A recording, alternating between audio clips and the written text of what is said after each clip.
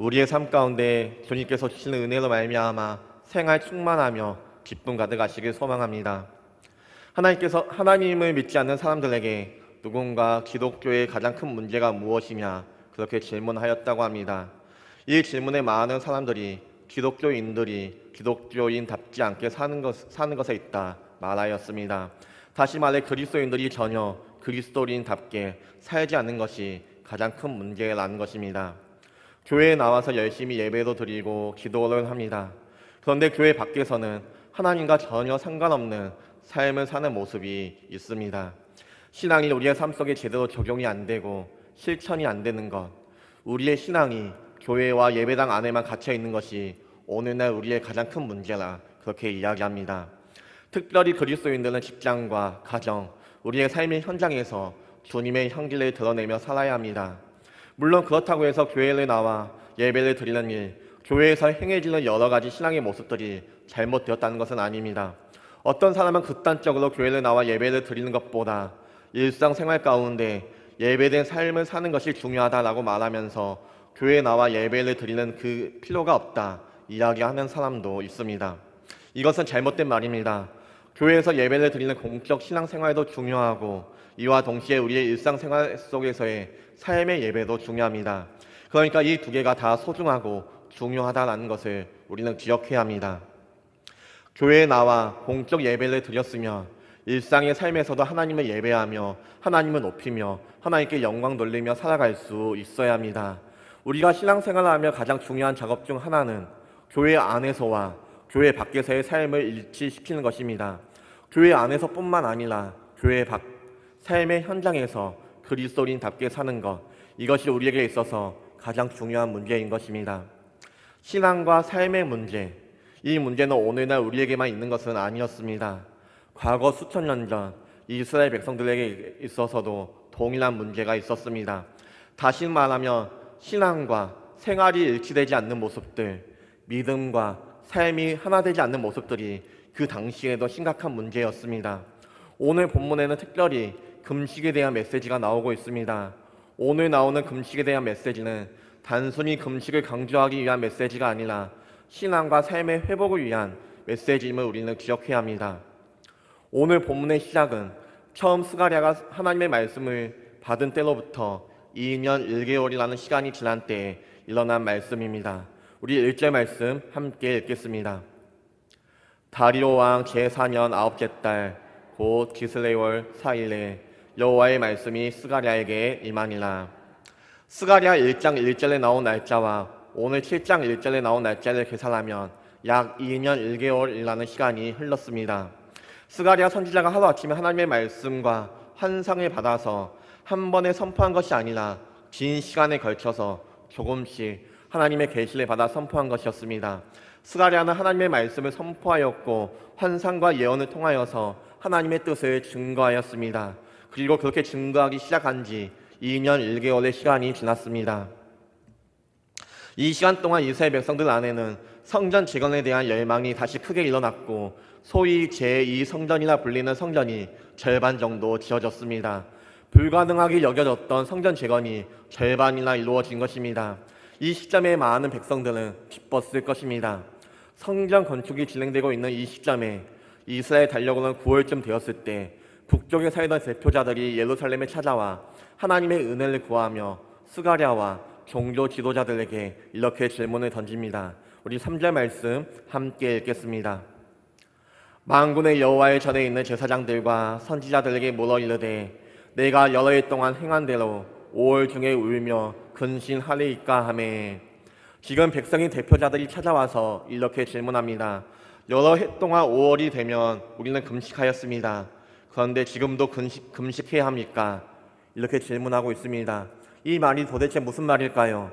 이 말을 이해하기 위해서는 이스라엘의 역사적인 배경을 먼저 알아야 합니다. 이스라엘 민족이 바벨론 나라에 의해서 멸망당하는 과정에 있어서 4번의 큰 아픔과 치욕이 있었습니다. 그때 이스라엘 달력으로는 4월과 5월, 7월과 10월이었습니다. 4월 달에는 수도 예루살렘이 바벨론에 의하여서 에워싸임을 당하는 큰 고통을 당하였습니다. 5월 달에는 마침내 이 예루살렘 성전이 무너져 하나님의 성전이 무너진 아픔을 당하였습니다. 7월에는 당시 남아있던 이스라엘 백성들이 크게 살육을 당하는 일들이 있었고 10월에는 완전히 예루살렘이 멸망하게 되어 모든 백성이 포로로 잡혀가게 되었습니다.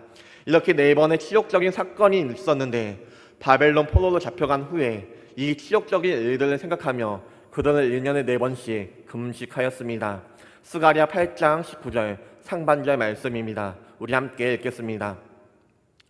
8장 19절 말씀 함께 읽겠습니다.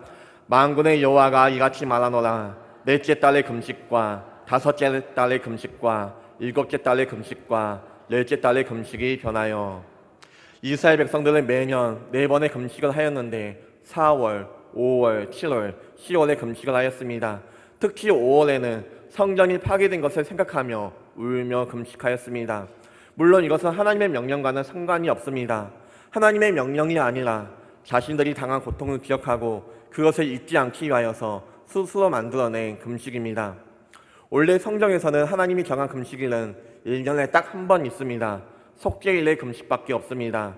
레위기 말씀을 보면 이스라엘 민족의 죄, 온 백성의 죄를 사함받기 위하여서 1년에 단 한 번 대제사장이 언약궤가 있는 지성소에 들어가 속죄의 제사를 드리는 것, 이 속죄일에만 하나님께 대대적인 금식을 하라고 명령하였습니다.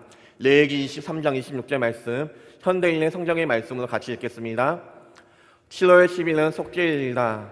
그러므로 너희는 나 여호와 앞에 모여서 금식하며 죄를 슬퍼하고 나에게 화제를 드려라. 그러니까 원래 대대적인 금식일은 이 속죄일 단 한 번이었습니다. 그러나 이스라엘 백성들은 이런 공식적인 금식일을 말고 이스라엘 백성들이 스스로 4개의 금식일을 만들어서 드렸습니다. 이것은 결코 나쁜 의도로 만든 것은 아니었습니다.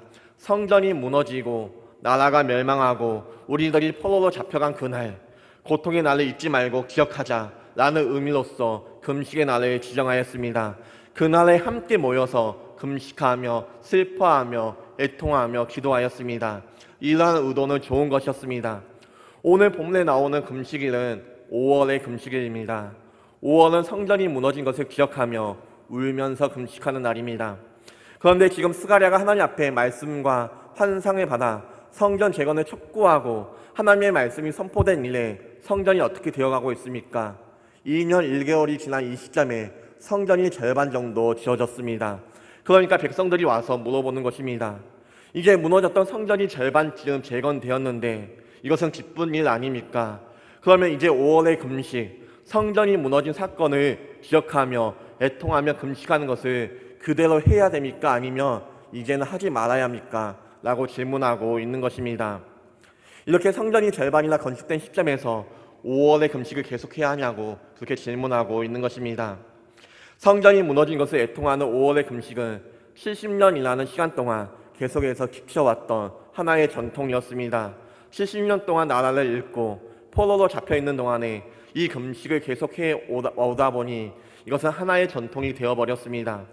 이것은 마치 오늘날 우리가 드리는 평일 예배와 같습니다. 수요 예배, 금요 기도회 등은 하나님의 명령이 있어서 드려지는 예배는 아닙니다. 물론 성경적인 동기와 뿌리는 있습니다. 하나님의 말씀을 듣기 위하여서, 또한 예수님의 죽임을 당한 날을 기억하기 위하여서 우리가 교회에 나와 예배를 드리고 기도를 드리고 있습니다. 이것은 성경적인 뿌리와 근거는 있지만 하나님의 명령은 아닙니다. 오래전부터 믿음의 선배들이 그렇게 하여서 수요일과 금요일 날을 정하여서 공적인 예배로 드리는 전통이 생기게 되었던 것입니다. 이스라엘 백성들도 마찬가지입니다. 하나님께서 어떤 지시를 한 것이 아니라 이스라엘 백성들이 좋아서 이스라엘 백성들이 그 날을 잊지 않기 위하여서 그 날을 정하여 금식하며 그렇게 기도했던 것입니다. 그런데 오늘날 우리의 모습도, 당시 이스라엘 백성들의 모습도 오랫동안 이것을 지켜 행하다 보니까 자신도 모르게 하나의 형식이 되어버리고 말았습니다. 이 예배를 왜 드려야 하는지, 이 금식을 왜 해야 하는지 그 의미와 목적을 잊어버린 채 단순히 반복되는 습관적인 행동이 되어버리고 만 것입니다. 신앙생활을 함에 있어서 습관은 매우 중요합니다. 습관이 되지 않으면 삶이 변하지 않습니다. 새벽 예배가 습관이 되지 않으면 결코 새벽마다 깨워서 나아가지 못합니다. 말씀을 묵상하는 것이 습관이 되지 못한다면 결코 날마다 말씀을 묵상하지 못합니다. 예수님 또한 습관을 따라 기도하였습니다. 누가복음 22장 39절 말씀입니다. 함께 읽겠습니다. 예수께서 나가사 습관을 따라 감난산에 가시매 제자들도 따라갔더니. 시간을 정해 기도하는 습관, 정기적으로 예배를 드리는 습관, 홀로 말씀을 묵상하는 습관, 믿음의 가족들과 삶을 나누는 습관이 없으면 우리의 신앙은 결코 건강해질 수 없습니다. 그러나 진심이 담겨있지 않는 습관은 형식적인 종교 생활이 될 뿐입니다. 신앙은 늘 하던 대로 해야 하지만, 신앙은 늘 습관대로 해야 하지만 진심이 담긴 늘 새로운 마음이 없다면, 우리의 마음이 날마다 새롭게 되지 아니하고 우리의 마음이 날마다 하나님 앞에 온전히 서 있지 못한다면 그것은 형식이 되고 마는 것입니다. 그래서 이스라엘 백성들이 스가랴 선지자에게 찾아와 묻는 것과 동일하게 우리는 그렇게 질문합니다.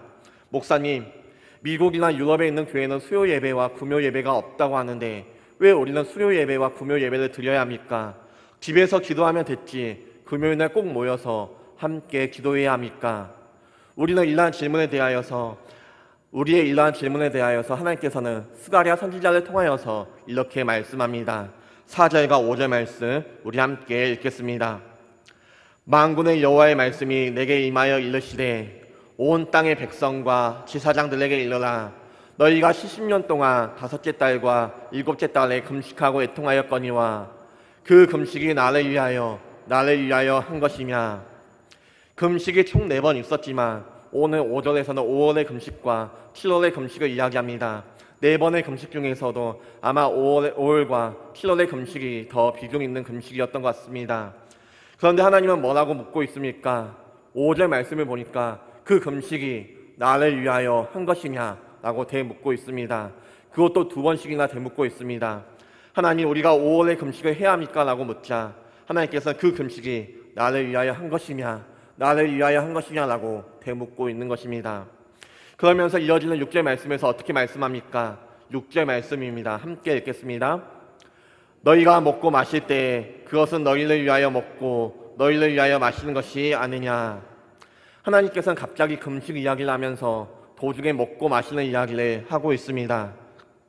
금식이 하나님을 위해서 했느냐라는 질문을 하시면서 너희들이 먹고 마시는 것도 너희 자신을 위해서 했던 것이 아니냐라고 묻고 있는 것입니다. 쉽게 말하자면 지금까지 너희가 먹고 마시는 것도 너희 자신을 위하여서 하였고 심지어 금식까지도 너희를 위해서 한 것이라 말씀하고 있는 것입니다. 이스라엘 백성들은 하나님을 위해서 삶을 살았던 것이 아니라 그들 스스로를 위하여서 삶을 살았다는 것을 지적하고 있습니다. 심지어 그들이 하나님을 위하여서 행했던 종교적인 모습까지도 자신을 위하여서 했던 모습이었습니다. 하나님 앞에서는 금식을 했느냐, 금식을 하지 않았느냐, 그것은 중요하지 않습니다. 하나님에게 있어서 중요한 것은 이스라엘 백성들의 마음과 그 마음의 동기입니다. 어떤 마음을 가지고 금식을 했는지, 어떤 동기를 가지고 금식을 했는지 하나님에게 있어서는 그것이 중요한 것입니다. 신약성경 말씀을 보면 사도 바울이 우리에게 무엇이라 이야기합니까? 고린도전서 10장 31절 말씀입니다. 그런즉 너희가 먹든지 마시든지 무엇을 하든지 다 하나님의 영광을 위하여 하라. 우리가 먹는 일도 하나님의 영광을 위하여서 먹는 거면 그것은 매우 귀한 모습입니다. 우리가 먹는 일도 하나님을 위하여서 먹는 거면 우리는 그 모습은 굉장히 소중한 모습입니다. 하나님, 제가 이 음식을 잘 먹고 건강한 몸으로 직장에서, 가정에서, 제 개인의 삶 속에서 하나님의 영광을 위하여서 살겠습니다. 하나님의 뜻에 순종하는 삶을 살겠습니다. 이런 마음을 가지고, 이런 동기를 가지고 먹고 마시는 것이라면 그 사람이 무엇을 먹든 무엇을 마시든 하나님께서는 그 사람을 바라보며 기뻐하실 것입니다. 금식도 마찬가지입니다. 내가 하나님 앞에 먹을 것을 먹지 아니하고 금식하는 마음의 동기가 정말 하나님의 뜻을 이루고 하나님의 영광을 나타내기 위한 간절한 금식이라면 이건 역시 하나님 앞에 얼마나 소중한 모습일지 모릅니다. 먹어도 주를 위한 것이며 하나님 앞에 소중한 것이며 안 먹어도 주를 위한 것이며 그것은 굉장히 소중한 모습입니다. 금식 자체가 특별한 것이 아니라 그 마음의 동기가 하나님 보시기에 중요하다는 것을 우리는 기억할 수 있어야 합니다. 그런데 문제는 이스라엘 백성들의 마음의 동기가 잘못되었습니다. 아무리 금식을 하여도 그것이 하나님의 영광을 위한 동기가 아니면 하나님 앞에서는 그것은 아무것도 아닌 것입니다. 즉 하나님의 영광을 위하여서 잘 먹고 잘 마시는 것이 형식적인 금식보다 훨씬 더 소중하다는 것을 우리는 기억할 수 있어야 합니다. 40일 금식 기도를 하는 어떤 사람이 있습니다. 오랜 시간 금식을 하기 때문에 이 사람은 배가 많이 고픕니다. 그리고 예민합니다. 그래서 어딜 가든 음식 냄새가 나면 이 사람은 다른 사람에게 짜증을 내기 시작합니다. 나 40일 금식 기도하는 거 나 40일 금식 기도하는 거 모르냐? 그렇다면 적어도 내 앞에서 음식 냄새는 안 피워야 하는 것이 나에 대한 예의가 아니냐? 왜 이렇게 배려가 없냐라고 하면서 온갖 짜증과 예민을 그렇게 피웁니다. 또 어떤 사람은 40일 금식 기도를 하면서 몸에 힘이 없어 잠만 잡니다. 예배를 드리지도 않고 기도도 하지 않고 그저 하루 종일 누워서 생활합니다. 이 사람의 목적은 40일을 채우는 것, 그거 하나에 있는 것입니다. 이 사람의 이러한 모습을 보면서 이런 금식이 하나님이 기뻐하시는 금식의 모습이라 우리는 과연 이야기할 수 있겠습니까? 금식 자체가 중요한 것이 아닙니다. 왜 금식을 했는지, 그 마음의 동기가 무엇인지 하나님께서는 묻고 있는 것입니다. 사실 우리가 금식 기도하는 대부분의 이유는 우리 개인적인 욕심이나 문제를 해결해 달라고 떼쓰는 기도가 아닙니까? 물론 처음에 이스라엘 백성들은 성전이 무너지고 하나님의 백성들이 고통당하는 모습을 보면서 너무 슬프고 다시 성전이 회복되고 하나님의 백성들이 회복되길 바라는 마음에서 금식했을 것입니다. 다시 하나님의 영광이 그 땅 가운데 다시 회복되길 바라는 마음에서 금식을 행했을 것입니다. 그런데 시간이 지나고 세월이 흘러 동일한 신앙의 행위가 반복되자 처음에 진정한 동기나 목적은 사라지고 말았던 것입니다. 하나님의 영광이 회복되기를 바라는 동기가 점차 사라지자 그저 자신의 의를 나타내기 위하여서 계속 해오던 것을 안 하면 이상하기 때문에 혹은 괜히 안 하면 안 좋은 일들이 생길까봐 그냥 했던 것입니다. 결국 하나님이 아닌 자신을 위하여서, 나를 위하여서 형식적인 금식으로 변질되었던 것입니다. 그래서 하나님께서는 결론적으로 이런 말씀을 하고 있습니다. 7절 말씀 함께 읽겠습니다. 예루살렘과 사면 성읍에 백성이 평온히 거주하며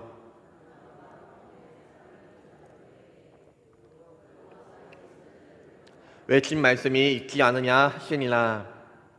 이 말씀이 무엇이냐 하며 이스라엘 백성들이 과거 이방 민족에게 괴롭힘을 당하기 전에 나라가 평안하고 잘 살 때 그 시절의 특징 중 하나는 하나님의 정도를 통하여서 선포된 말씀을 잘 지켜 행했다는 것입니다. 하나님의 종들이 선포했던 그 말씀을 잘 순종하고 지켰다는 것입니다. 그러니까 금식이라는 행위 자체가 중요한 것이 아니라, 종교적인 열심 자체가 중요한 것이 아니라 하나님의 말씀을 잘 듣고 잘 순종하는 것이 중요하다는 것을 우리에게 이야기해 주고 있습니다. 밤낮 금식하지만 그 안에 하나님의 말씀을 듣고 순종하려는 자세가 없으면 아무런 소용이 없습니다. 차라리 잘 먹고 잘 자고 하나님의 말씀을 순종하는 것이 하나님 보시기에 더 나은 것입니다. 금식을 왜 해야 합니까? 금식을 해야 합니까? 말아야 합니까? 그래서 하나님께서 말씀합니다. 금식이 중요한 것이 아니라 하나님의 말씀을 잘 듣고 순종하는 것이 중요하다고 말입니다. 사랑하는 성도 여러분, 오늘날 이 말씀은 저와 여러분에게도 적용됩니다. 과연 우리가 행하는 종교적인 일들, 예배를 드리고 기도와 찬양을 드리며 물질을 드리고 헌신을 드리고 우리가 중요하다고 여기는 모든 신앙의 행위들 가운데 과연 하나님께서 함께하고 계십니까? 우리는 이것에 대하여서 곰곰이 한번 생각해 볼 수 있어야 합니다. 우리 다시 한번 6절 말씀 함께 읽겠습니다. 6절 말씀입니다. 너희가 먹고 마실 때 그것은 너희를 위하여 먹고 너희를 위하여 마시는 것이 아니냐. 6절 말씀은 하나님께서 금식의 습관을 잘 지키지 않았다고 지적하는 말씀이 아닙니다. 오히려 금식하지 않는 나머지 생활에서 먹고 마시는 모든 것이 하나님과 상관없는 삶을 살고 있다, 그렇게 지적하고 있는 것입니다. 하나님께서는 그들이 70년 동안 얼마나 철저하게 금식을 잘 지켰는지 그것을 보시지 않았습니다. 금식하지 않는 나머지 생활에서 얼마나 하나님 중심적으로 생활하였는지, 얼마나 하나님을 바라보며 하나님의 뜻 가운데 순종하며 살았는지 그것을 바라보고 계셨던 것입니다. 하나님께 드려지는 온전한 금식이 이루어졌다면 열매는 어디에서 나타나야 합니까? 금식이 끝난 이후 먹고 마시는 일상생활에서 나타나야 하지 않겠습니까? 그들은 금식과 같은 종교적인 습관을 철저하게 지켰습니다. 그러나 세상에 나가 생활할 때는 하나님과 전혀 상관없는 삶을 살았습니다. 1년 동안 몇 차례 금식을 행한 것으로 하나님과의 관계가 다 충족되었다 여기는 것은 종교적인 교만입니다. 진정한 금식은 금식을 하지 않을 때에도 금식하는 때에도 전적으로 하나님 중심으로 살아가는 것을 이야기하고 있습니다. 우리의 신앙생활의 모습은 어떠합니까? 우리는 일주일에 한 번 주일 성수를 하였다고 해서 우리의 신앙에 만족해서는 안 됩니다. 나머지 6일의 삶 가운데 예배하는 삶을 살아갈 수 있도록 우리는 살아갈 수 있어야 하는 것입니다. 우리의 교회 안에서의 생활이나 교회 밖 가정이나 직장에서의 생활이 이중적이어서는 안 됩니다. 예배에 출석한 것 자체가 결코 하나님과의 관계를 충족시킬 수가 없는 것입니다. 예배가 끝나고 다음 예배가 돌아오기까지의 생활이 하나님과의 관계를 우리에게 보여주고 있는 것입니다. 우리의 일상의 삶이 생활 충만한 삶을 살아내는 것이 하나님과의 관계를 우리에게 보여주고 있는 것입니다. 예배는 철저하게 지키는데 그 외의 생활이 하나님과 상관없이 자신을 위해서 먹고 마시는 삶을 살고 있다면 그것은 이중적인 종교 생활을 하고 있는 것입니다. 우리는 나를 위한 예배, 나를 위한 종교 생활에서 벗어나야 합니다. 그리고 하나님께서 원하시는 것이 무엇인지 구하며 하나님을 위하여서 신앙생활하며 하나님을 위하여서 예배하며 하나님을 위하여서 한 주간을 살아낼 수가 있어야 하는 것입니다. 우리 마지막으로 누가복음 18장 11절과 13절 말씀 우리 한 목소리로 함께 읽겠습니다. 바리새인은 서서 따로 기도하여 이르되 하나님이여 곧 토색 불이 가늠하는 자들과 같지 아니하고 이 세리와도 같지 아니함을 감사나이다. 나는 일일에 2번 금식하고 또 소득의 11조를 드리나이다 하고 세리는 멀리 서서 감히 눈을 들어 하늘을 쳐다보지 못하고 다만 가슴을 치며 이르되 하나님이여 불쌍히 여기소서 나는 죄인이로소이다 하였느니라. 바리새인은 금식과 11조 등을 잘 지켰습니다. 그리고 그것을 잘 지켰다고 큰소리 칩니다. 그러나 진정한 금식이 무엇인지 모르는 사람이 바로 이 바리새인이었습니다. 형식적인 신앙생활을 하면서 그 중심에는 하나님이 없는 삶을 살았던 것이 바리새인의 모습이었습니다. 그러나 세리는 어떠합니까? 가슴을 치며 저를 불쌍히 여겨주시옵소서라고 고백하는 것을 우리는 볼 수가 있습니다. 오늘날 우리 주위에는 많은 바리새인들이 있습니다. 그들은 형제 자매들을 향하여서 신앙과 삶의 일치가 되지 않는다며 자신 있게 손가락질하지만 신앙과 삶의 일치를 고민하는 사람들은 하나님 앞에 자신의 죄인됨을 고백하고 있음을 우리는 깨달을 수 있어야 합니다.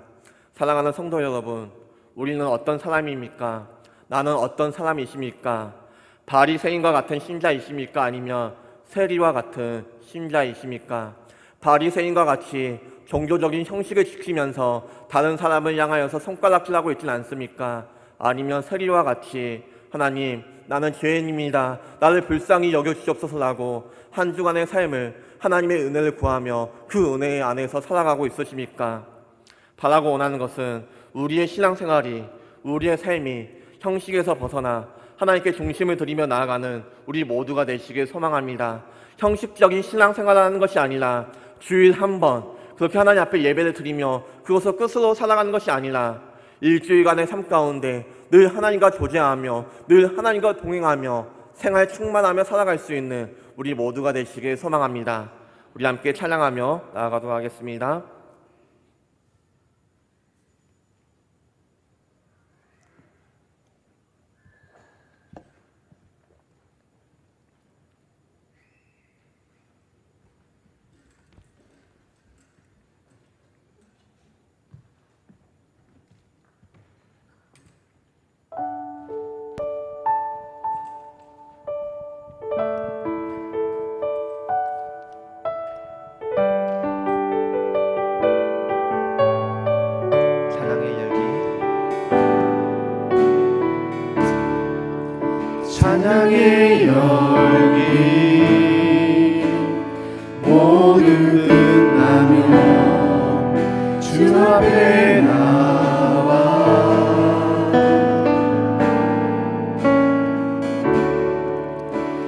진실한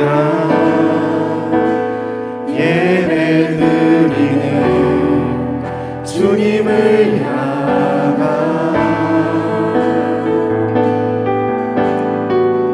노래 이상의 노래 내 맘 깊은 곳에 주께서 원하신 것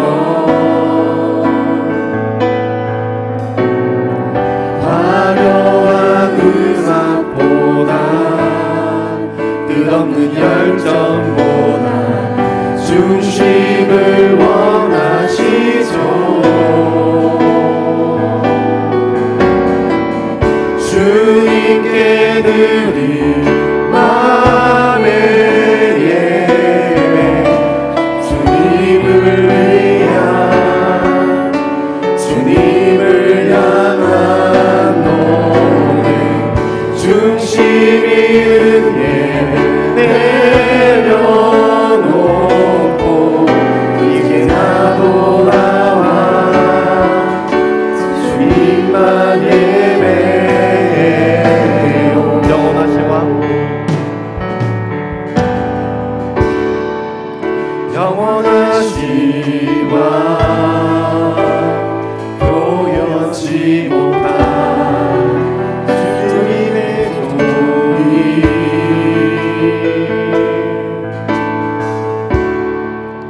가난할 때도 연약할 때도 주의 모든 것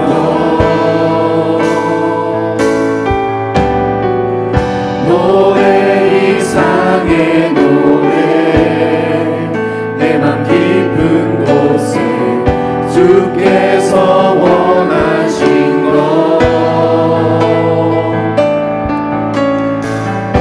화려한 음악보다 끝없는 열정보다 중심을 원하시죠. 주님께 드릴 마음의 예배 주님을 위한 주님을 향한 노래 중심이 있는 예배 내려놓고 이제 나도 나와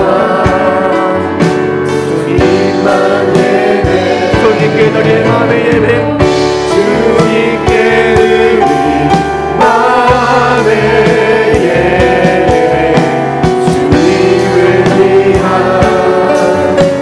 주님을 향한 노래 중심이 있는 예배 내려놓고 이제 나도 나와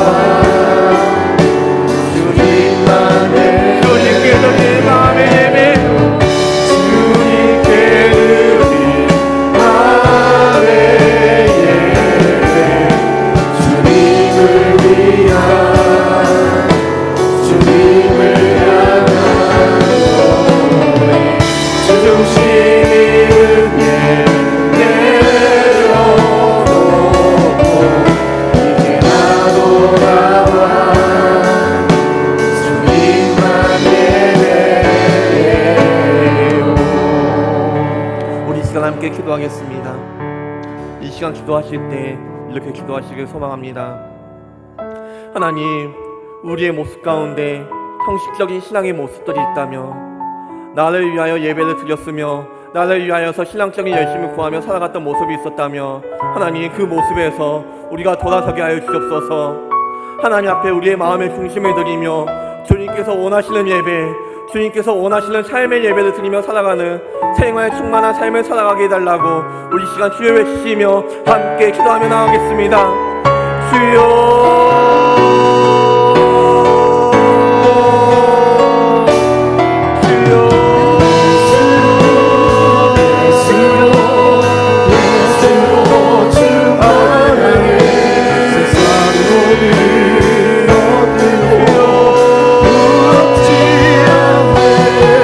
아버지 우리의 모습 가운데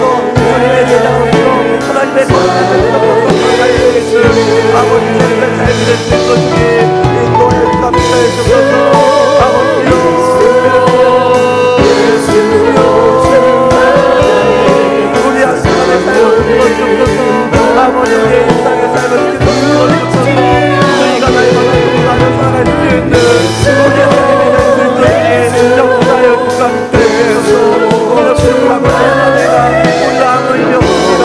저는 우리 안에 있는 성령을 말미암아 감사하게 살아갈 수 있도록 함께하여 주옵소서.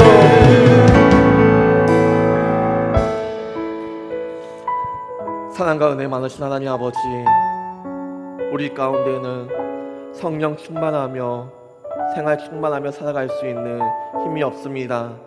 그러나 우리 안에 예수 그리스도의 그 흔적이 있사오니, 우리 안에 성령 하나님의 살아 역사하시오니, 주님, 우리가 성령 충만하며 생활 충만하며 살아가게 하여 주옵소서. 하나님의 말씀을 들었다면 그 말씀을 우리가 붙들며 일상에서의 삶에서 우리가 살아낼 수 있도록 주님, 우리의 삶을 붙들어 주시고 함께하여 주옵소서. 교회 안에서의 생활과 교회 밖에서의 생활이 다른 그런 종교적인 삶을 살아가는 것이 아니라 거룩한 하나님의 백성으로서, 주님의 자녀로서 주님을 닮아가는 삶을 우리가 살아갈 수 있도록 주님, 우리의 삶을 붙들어 주시고 함께하여 주옵소서. 우리의 직장에서의 삶을 주님께서 붙들어 주옵소서. 직장에서 생활 충만하게 하여 주옵소서. 우리 가정에서 생활 충만하게 하여 주옵소서. 우리 학교에서 생활 충만하며 살아갈 수 있는 저희들 될 수 있도록 주님 역사하여 주시고 함께하여 주옵소서. 이제는 우리 주 예수 그리스도의 은혜와 하나님의 크신 사랑과 성령님의 감화 감동 교통 역사하심이 형식이 아닌 중심을 들이며 살아가길래 다짐하고 결단하는 주의 백성들 머리 위에 영원토록 함께 있을지어다. 아멘.